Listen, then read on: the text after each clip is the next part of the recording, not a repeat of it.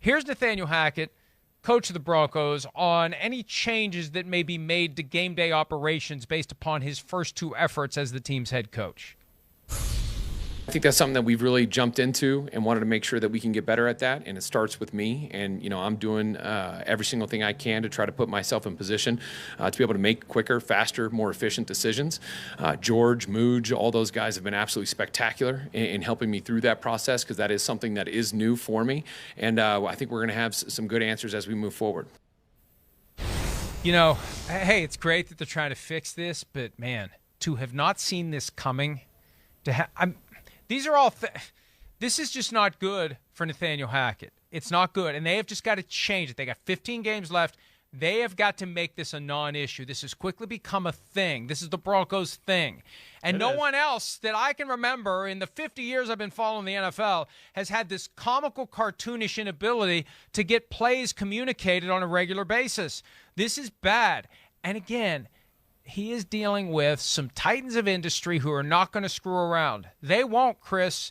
And somebody raised with me yesterday a question I had never considered.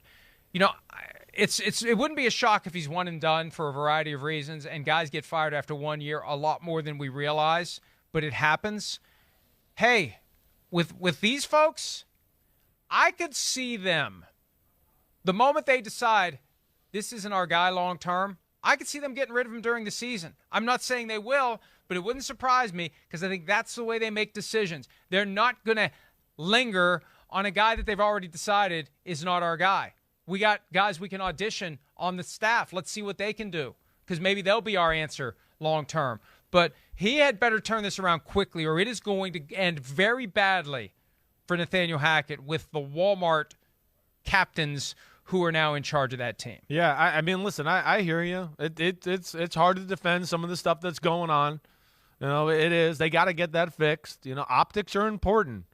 First impressions are important, like we've talked about. But also, yeah, there's got to be something in that pre-week process that's got to improve. Whether you just, hey, wait, they're playing us this way, and I got these plays I like in this situation. It just seems like it's a little slow, like you said, get it into the quarterback. There's those issues there. The offense does look better, but even last week they were a little late or slow to adjust to go, wait, the Texans are just playing pass defense, and the game kind of turned when they finally said, okay, let's stop hitting our head against the wall and trying to make Russell Wilson look good in front of our home crowd here, and let's just run the ball. And they did that and made the proper adjustment, and that really helped them win the football game. But, hey, this is a different animal this week. It's the 49ers. 49ers might have the best defense in football. And, yeah, we're going to see. And they can't afford to be in those situations against a team of this quality that I think is going to be kind of on their A game with Jimmy Jean, like we've talked about and all that stuff. You're touching on the fringes of an excellent point, though. If the coaching staff is so caught up in the most basic aspect of operating the offense, and it's a struggle and a challenge just to get plays selected and communicated and called before the clock goes to zero, how are you ever doing the next level stuff where you are breaking down how they're dealing with you and how you get ahead of that curve and how you pivot away from your plan to something you come up with on the fly? This entire dynamic speaks to an absence of flexibility of thought and implementation of that thought. That's the deeper issue here. If you can't tie your shoes, you're never going to be able to run the race. Yeah. And they're having trouble tying their shoes. Yeah, I hear you, Mike. It's pregame process. It's process during the week to just make the game be more efficient and smooth that way.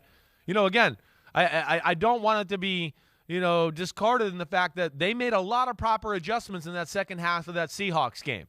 But, yeah, I think everything's just got to happen quicker. And you got to always have these, they got these sheets and they're holding them, have all the plays you like on third and fourth and second down and all that. But have it also with, wait, they're playing us this way and there's that play, those plays. And then, oh, wait, maybe they're playing us this way and there's those plays.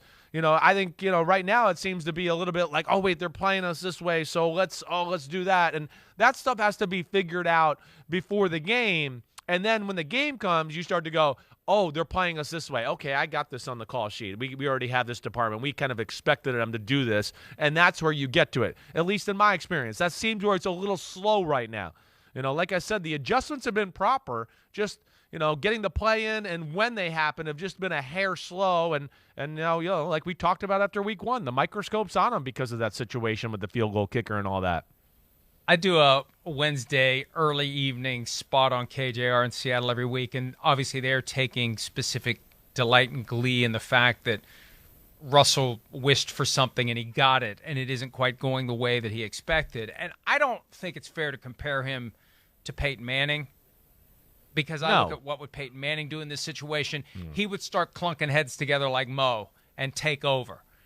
But it just feels like Wilson is more of a bystander in this process to me. Yeah. And he needs to get more involved. He needs to assert himself more. Hi, it's Mike Florio. Thanks for watching PFT on YouTube. Hit subscribe for the latest news and analysis from Pro Football Talk.